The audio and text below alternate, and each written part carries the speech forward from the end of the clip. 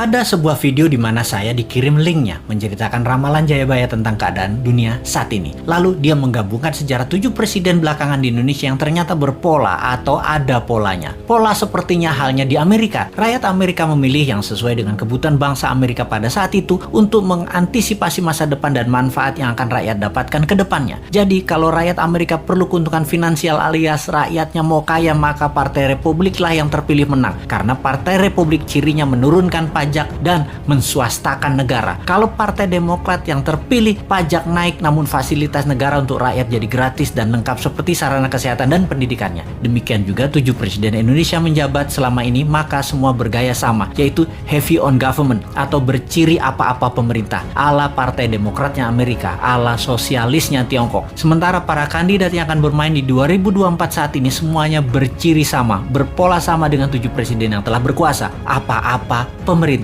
Hanya Bosman Sontoloyo yang punya konsep heavy on swasta atau menswastakan kegiatan membangun ekonomi terbesarnya dan menurunkan pajak konsepnya seperti Partai Republiknya Amerika. Untuk hal ini memang kembali ke masyarakat karena konsep menswastakan pemerintah belum pernah terjadi sebelumnya, atau mengikuti swasta terutama UKM dalam porsi besar lebih dari 80% ekonomi belum pernah terjadi sebelumnya dalam 7 pemerintahan yang telah berjalan. Selama ini memang tenaga kerja 96% diserap UKM, namun ekonomi UKM hanya 40% saja dari porsi ekonomi nasional. Sisanya adalah anggaran pemerintah dan oligarki. Sudah 7 presiden polanya ya seperti ini. Belum pernah UKM naik kekuatannya menjadi menguasai ekonomi ke 80% atau naik 100% dari sekarang, atau 2 kali lipat kekuatan ekonomi saat ini yang bisa membuat GDP per kapita naik dari $4.000 menjadi $8.000 dalam sekejap. Sungguh, kalau mau UKM menang, juga pajak turun. Ya tidak pakai siapapun yang mencalonkan di 2024 yang saat ini ada di etalase calon presiden. Tapi entah bagaimana,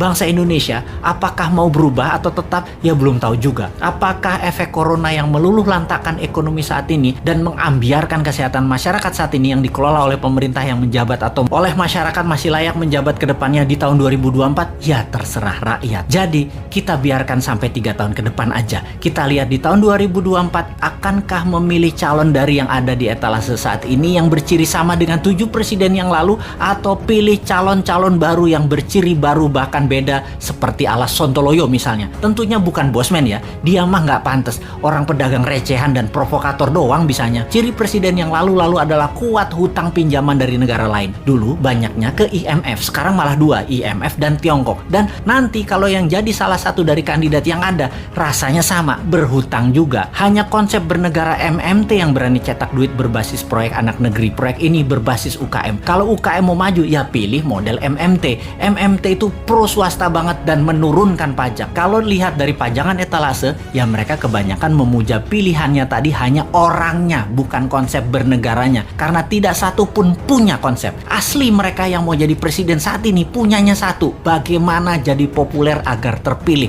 Mek ngono tok ilmunya. Bener deh, bagaimana supaya Anda memilih mereka? Citra aja dibenerin, bukan konsep yang mereka jual. Kalau Bosman, citranya kan kampungan, provokator, komentarnya norak, kulitnya hitam. Jadi karena karakternya nggak bisa dijual, maka dia jual konsep. Itu pun norak. Mainstream ya tetap maunya ngutang asing. Yang anti hutang asing kecil banget yang mendukung UKM malah nggak ada. Akhirnya UKM-nya senang ngutang juga kalau cari duit. Kapan berubahnya bangsa ini? Begitu kuat doktrin minjem itu di kepala semua pejabat sampai UKM-nya pun tidak ada alternatif lain. Kembali ke video yang linknya saya dapat dan saya nonton, ternyata Satrio Piningit atau kesatria yang dipingit itu keluar ketika ada goro-goro atau malapetaka dahsyat menghancurkan negara dan dunia. Saat ini virus corona dianggap goro-goro. Lalu ketika goro-goro terjadi, ada kesatria yang suaranya saja muncul, wajahnya dan penampilannya dipingit tidak muncul, yaitu Bosman. Jadi kesatria yang dipingit tadi adalah kesatria yang terus-menerus memberikan arahan, solusi, dan sosoknya dipingit, diumpetin, yang penting pesannya tercapai. Lalu pola kepemimpinan nasional yang lengkap menjabat. Pak Karno itu Majapahit atau Jawa Timuran, Pak Harto itu Jawa Tengah atau Mataraman, Pak SBY itu Majapahit, Pak Jokowi itu Mataraman, dan Bosman itu Jawa Timuran Majapahit. Begitu pola penggantinya seharusnya. Habis Mataram ya Majapahit. Dan